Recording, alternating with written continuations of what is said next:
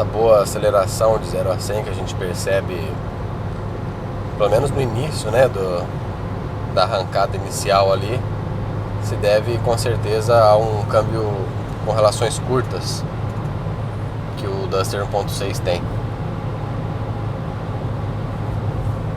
Na cidade nós comentamos que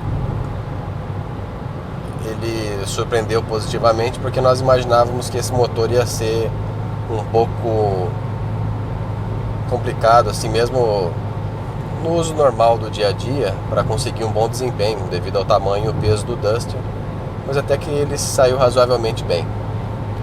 O único problema que nós tivemos foi realmente o consumo excessivo, porque você tem que ficar forçando o motor o tempo todo para conseguir ter um bom desempenho. Então aí não tem como o consumo ser bom de maneira alguma. E na estrada?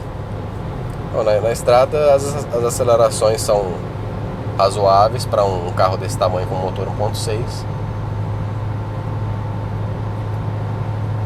E só que nós temos alguns pontos negativos a mais do que na cidade.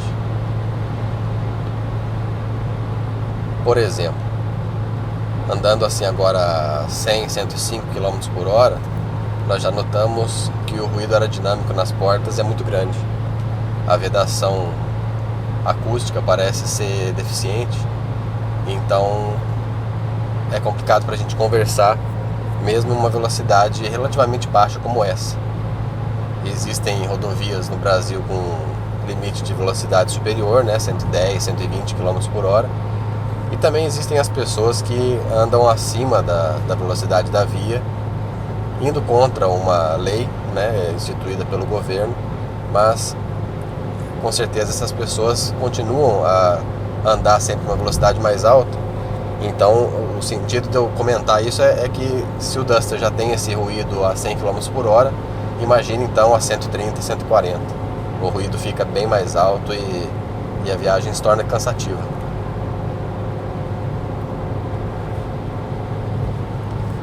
Outro ponto também negativo é o ruído do motor aqui dentro da cabine. A gente percebe uma certa deficiência na vedação acústica também com relação a separar bem o compartimento do motor com onde estão os ocupantes do veículo. O motor está sempre invadindo aqui a cabine e isso também atrapalha na hora de você conversar andando em uma estrada. O câmbio com relações curtas, ele ajuda nas acelerações, mas na hora que você está mantendo uma velocidade de cruzeiro, as rotações do motor são muito altas. Andando aqui a 100 km por hora, já temos em torno de 3.100, 3.200 rotações. A 110 km por hora a gente encosta já nos 3.500 giros. Então se a pessoa for andar aí a 120, um pouco mais, ela vai ter quase 4.000 giros. E quanto maior o giro do motor, maior vai ser essa invasão do ruído dele aqui dentro da cabine. Então com certeza atrapalha um pouco no conforto numa viagem. Fora isso, andando assim com apenas uma pessoa aqui no Duster 1.6, o desempenho é razoável. A gente nota que apenas nas subidas a gente tem que pisar bem fundo mesmo no acelerador. Em algumas subidas isso não é o suficiente, você tem que reduzir para uma quarta marcha. Então também não é das conduções mais agradáveis. E nas curvas o Duster inclina bastante, quase o tanto que inclina uma picape média, né, como algumas que nós já avaliamos aqui no NA.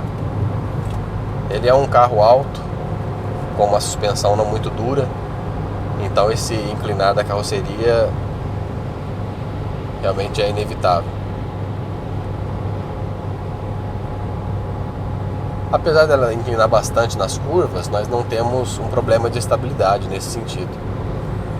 A carroceria inclina bastante, mas os pneus largos dão conta de manter o carro no eixo. Você não tem cantar de pneus, você não nota o carro desgarrando com facilidade, isso não acontece. Mas o problema é que o banco do motorista ele não tem muito apoio lateral, né? Então o carro inclina bastante, você fica quase caindo um pouco do banco, tem que se segurar bem firme ali no volante para se manter no banco.